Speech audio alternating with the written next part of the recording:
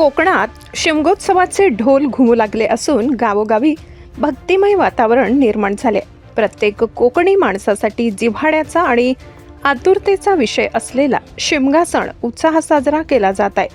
लांजा तालुक्यातील खानवली गावात शिमगोत्सवाची अतिशय जुनी परंपरा असून आज देवदेवतांना रूपे म्हणजेच मुखवटे लावण्याचा सोहळा पार पडला।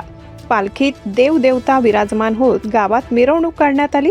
नवला देवी, धनीन, भराडीन, जाकादेवी, निनाई, पावणाई, संतदेव, सामदेव, आकार ब्राह्मणदेव, इटलाई देवी आणि चक्राई देवी यांना अलंकार, वस्त्र आणि पारंपरिक दागिने परिधान करून सजविण्यात आले।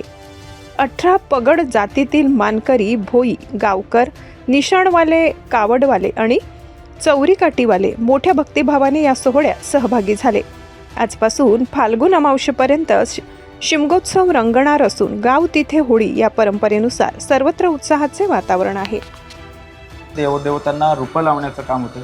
खानवली गावाची एक वेगळी शिमगोत्सवाची परंपरा आहे। आपण गावकर म्हणून काय सांगू? खानवली गावची ही नवलादेवीची पालखी आज या ठिकाणी नवलादेवीच्या मंदिरामध्ये सजते। या पालखी सजवत असताना विविध प्रकारचे दागिने, विविध प्रकारचे लोक या ठिकाणी येत असतात आणि सजवण्याचं काम करतात। त्यामध्ये दागदागिन्याने सजलेली, वस्त्राने नटलेली अशी आहे आमची खानवलीची नवलादेवी।